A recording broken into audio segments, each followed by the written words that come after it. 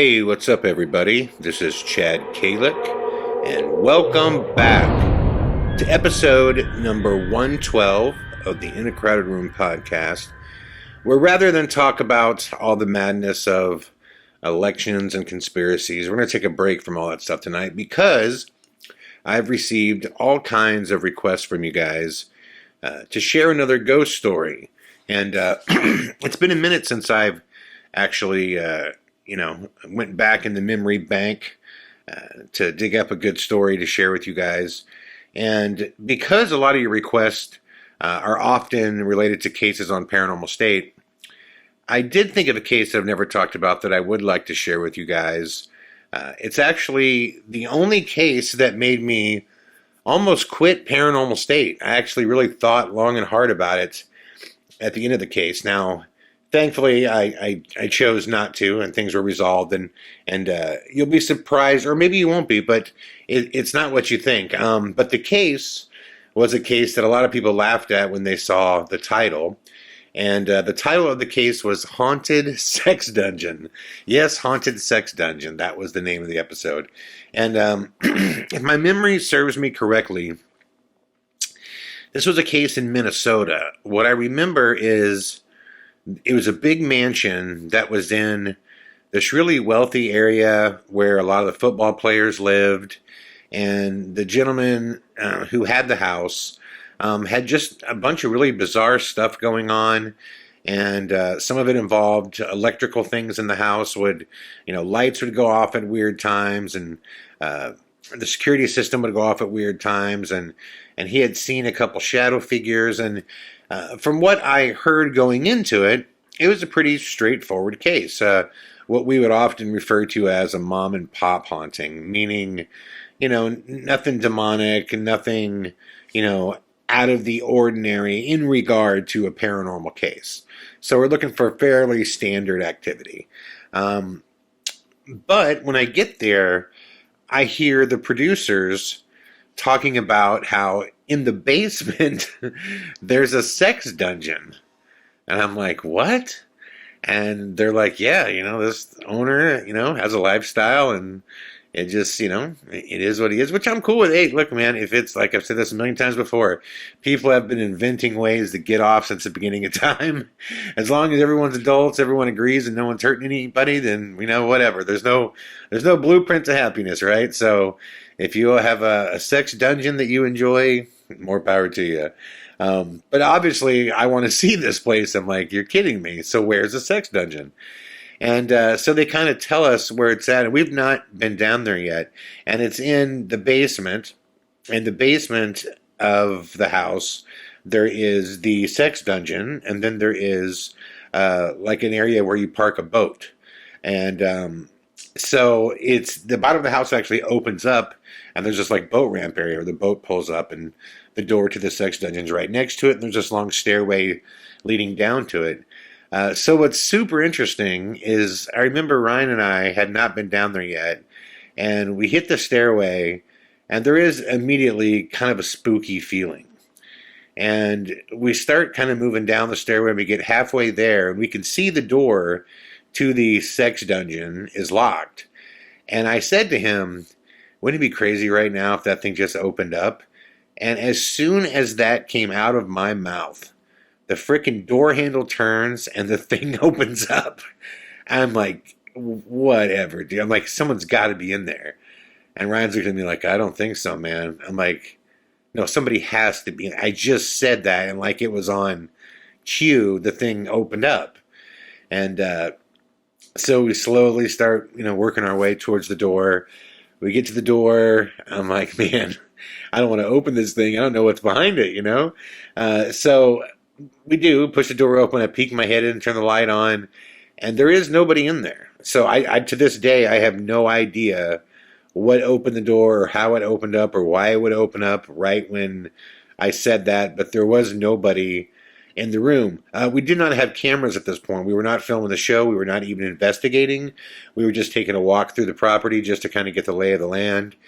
And so we go in there, and man, this guy was not kidding when they said it was a sex dungeon. There was a lot of stuff in there. And big boy stuff, man. There was, you know, leather spikes, six swings. There was this like machine that you would sit on. You could crank it where it would like force your legs open. But there was this giant spinning wheel that a person would climb up onto it, and they would be bolted down, strapped in and bolted down, and you could spin the wheel, kind of like a pinwheel.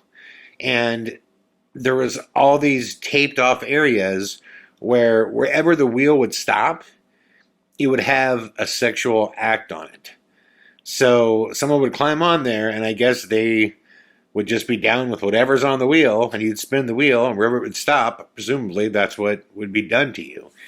And there was really, really hardcore stuff. I mean, even for someone that's extremely, you know, liberal and progressive sexually, there was some stuff that was out there that I don't even want to repeat. But just, you can imagine what I'm saying. Like your darkest thoughts, you know, and weirdest thoughts, just, that's what was on there. And I'm just sitting there going, wow, I wonder if this is just like for show to like, you know, freak someone out, or if this stuff's really going on down here, you know? But it was super, it was definitely creepy. It was definitely creepy. So I hear later on, just, you know, before we start filming in Paranormal State, everybody always thinks that there's, you know, some outline from start to finish, and that's absolutely not true. I don't know where people get that or why they think that. It's up to Ryan as we go to kind of determine what he thinks is going on and a course of action. And he would, typically how it would work is we'd start the case, we basically know the claims, we'd go and do our investigations, and based on that feedback, you know, Ryan would investigate, but he would also get all the feedback from everybody, and then he would kind of determine what he thought was going on and what the right, you know, the next step would be. Paranormal State is absolutely not outlined. I don't know why people say that. You know, 28 episodes I was on, I never once saw an outline about how something was supposed to end or what we were supposed to do. That was never, ever, ever the case. Which is probably why there was only like 20-25% of the episodes that we ever even found evidence. So if you want to compare how real Paranormal State was to other shows that have 100% evidence every case they go on, we only had evidence like 20-25% of the time, which is pretty accurate if you're going into real haunted locations. But anyways, I started hearing talk of people saying that they want to put me on the wheel during a dead time. I'm like, you know, I finally go and talk to Ryan. I'm like, dude, I just talked to one of our producers. He wanted to know if I would get on the sex wheel during dead time. You know, and Ryan's like, I think you should. I'm like, dude, I am not climbing on the sex wheel during dead time. It's not happening. Of course, I later found out it was obviously a joke everybody was perpetrating on me to try to get me super freaked out before dead time. And the main reason that I didn't want to do it is, whenever you start doing these shows, and look, I'll never bitch about how I was portrayed on Paranormal State, because they can't use what you don't give them, right? But they can edit you and peel away parts of your personality until you're left with like one aspect of who you are.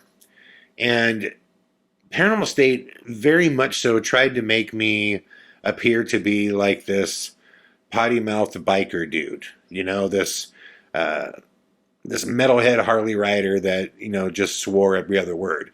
Now, do I have, you know, aspects of all those things in my personality? Am I a metalhead? Sure.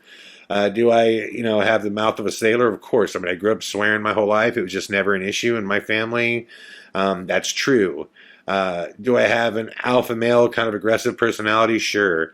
But I would also like to think that I'm intelligent, you know. Paranormal State would never have you know that I cry during movies. You know, they would never have you know that I, you know, sit and write acoustic songs of love and destruction all day long. And, you know, there's many sides to my personality that, you know, were never shared on the show. And they were kind of painting me to be, like I said, this foul mouthed kind of Harley guy, and that's what I was thinking. I'm thinking, dude, I already get enough messages from strippers and all kinds of people that think I'm in the 1% crowd. The last thing I need to do is people to think that I'm in the porn crowd too. And I was just like, that's just no, man. I'm not climbing on the sex wheel, because no matter what I do from this point forward, I'm going to be Chad, the dude that got on the sex wheel. So I'm like, not doing it. Not going to happen. And eventually, obviously, I didn't. I did investigate that room, and nothing did happen.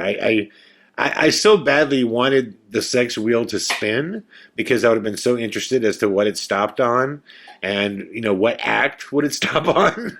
But no, it never spun. Nothing ever happened in that room beyond the door opening.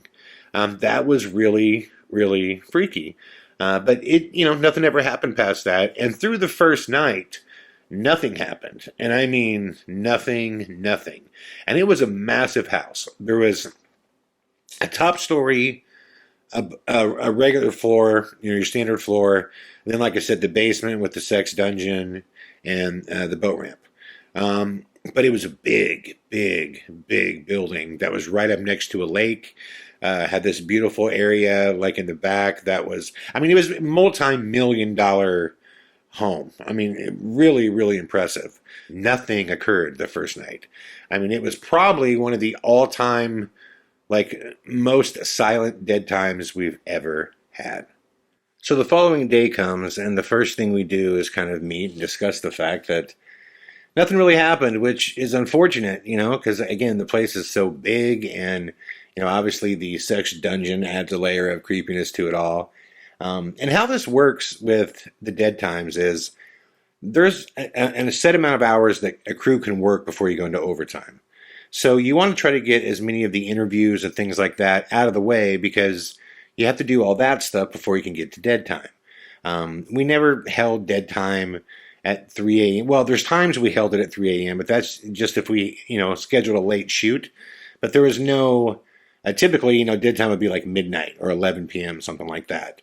But if we got the interviews done early enough, then, we can go back out over and over again for dead time. What I mean by back out is we would typically, get in our pairs or groups, or who was going to go. I was often alone, or I'd be with Ryan or Trina, whoever, and we'd go up for 45 minutes to our location and then come back.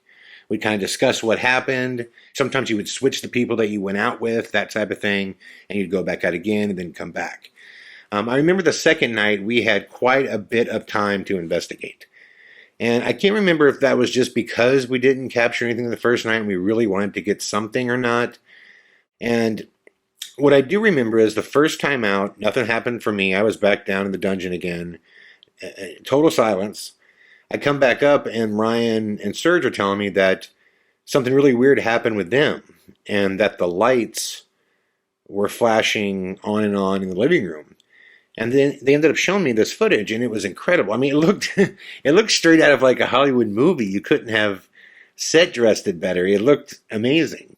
So I was blown away by what they showed me. I was like, wow, this is really cool. And I'm thinking, well, that's awesome. For the episode, it's always good if you could, get something to happen, So we went out a couple more times, and nothing happened for anybody. And Taddy was on this case. Katrina was on this case. Ryan, Serge, myself, just nothing happened.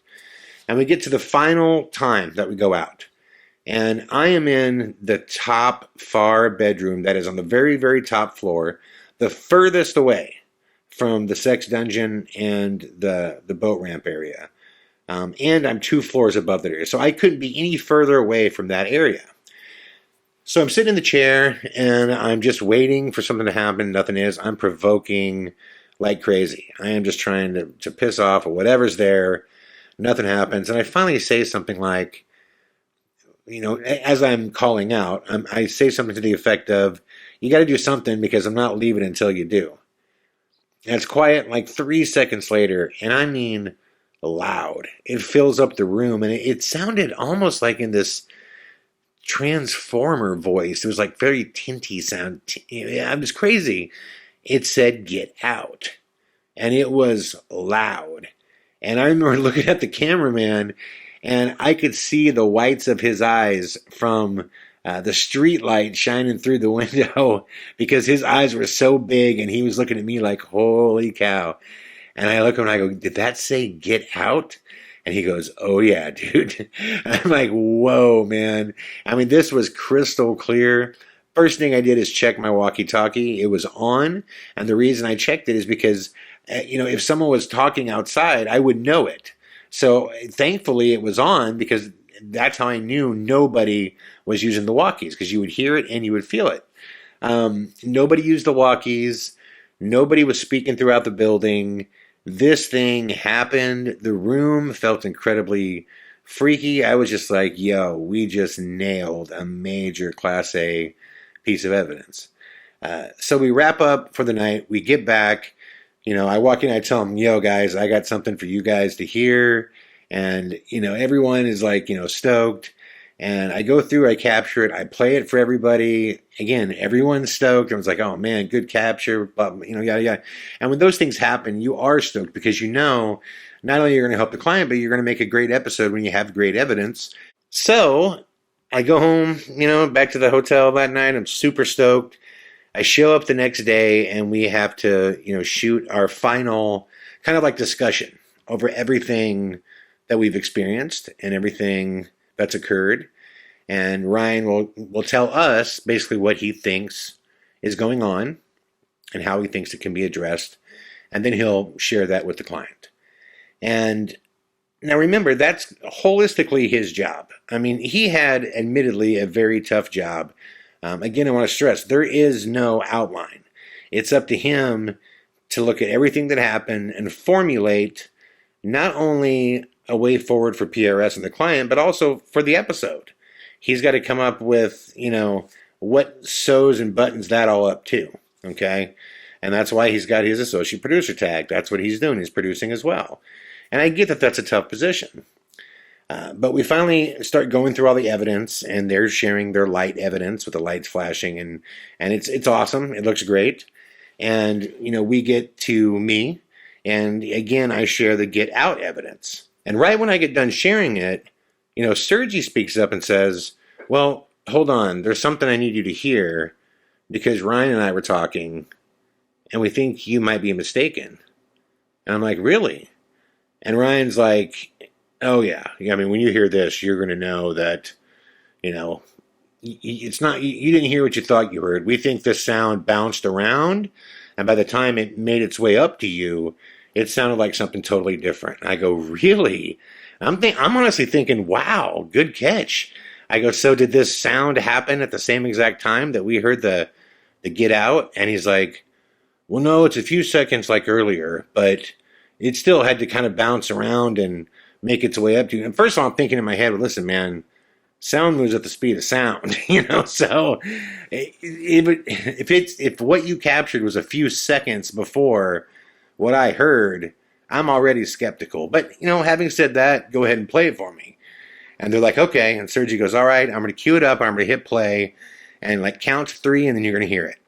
And I'm like, okay, cool. And he's like, all right, here I go. Hit play. I'm thinking in my head, 1, 2, 3. And I hear, and I'm like, I didn't hear it. When is it coming?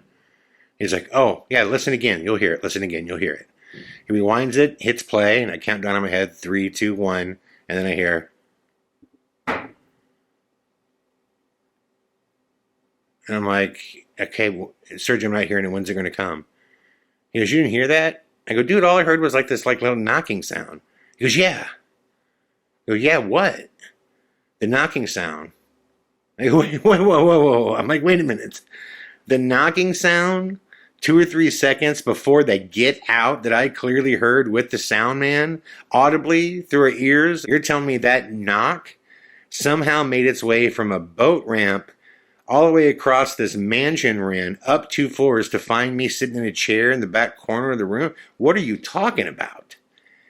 And Ryan is just dead set on the fact that I've made a mistake. And I am dead set on the fact that I didn't, and this is the craziest shit I've ever heard. And I'm like, What are you, dude? There's no way you can tell me that that knock that didn't occur at the same time somehow translated to get out. There's no way. So then he jumps from that saying, well, listen, it could have been somebody outside. There's a crew outside. Someone could have said something like, we got to get him out. I'm going, well, listen, if that's the case and that's what we're going to use here to debunk this, then we can never submit any piece of evidence that's audio ever on this show, because there's always people outside. And somebody could say something, I'm like, that didn't happen, man. I had the walkie on, no one talked, no one was talking outside. It filled that room up. The cameraman knows it, we both know it. And besides that, this is why you have investigators with experience. You send people up that have 20 some years doing this, and they could tell right away if something is legitimately paranormal if they're not.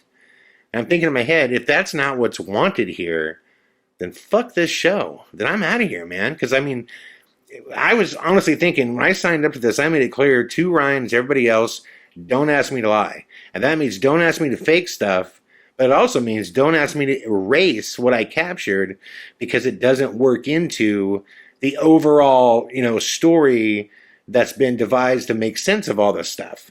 And ultimately, that's what was going on, is Ryan had his thoughts and ideas as to what was going on and how to move forward and how to button the episode up. And for whatever reason, what I captured didn't go with that. It didn't go with that. And I think, I'd have to remember, because I was so upset by the whole thing, I didn't even watch the end of that episode.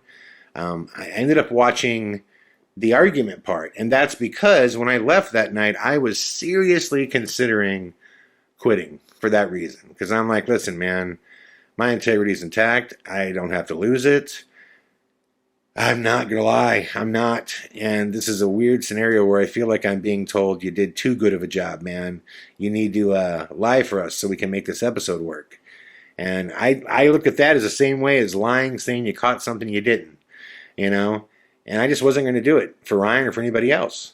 And what's funny is when Ryan and Sergi left to go talk about something, and I'm talking to Katrina and Taddy on the side, and I'm going, am I crazy? And they're both going, no, you're 100% right.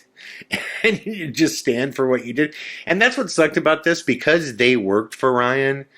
They were all just under his boot heel, man. Whether he intentionally did it or not, it's just the nature of that relationship. He's your boss, and he's the one paying you.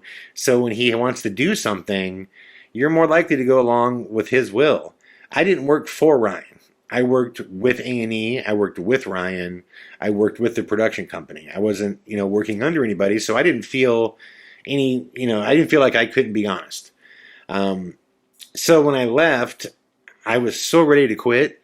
And I'm like, just give this a day and think about this. Talk to Ryan tomorrow and just see what's up. And we ended up having a very good talk where I don't want to say that we agreed, but what he understood, I think on my end, is exactly what I said. I'm not going to lie about evidence, period. I'm not going to lie about anything that I do. Whatever I do on that show is what I'm going to say, I'm going to do, and don't ask me to do anything else. And he respected that. And my biggest thing was, do not edit me where it looks like I'm agreeing with you and I'm going along with it. And to his credit, he told me that he wouldn't. And in the episode, the part that I saw, and I watched it up until that point, was that they kept it where I disagreed. And had they not, I would have quit. I would have quit the show.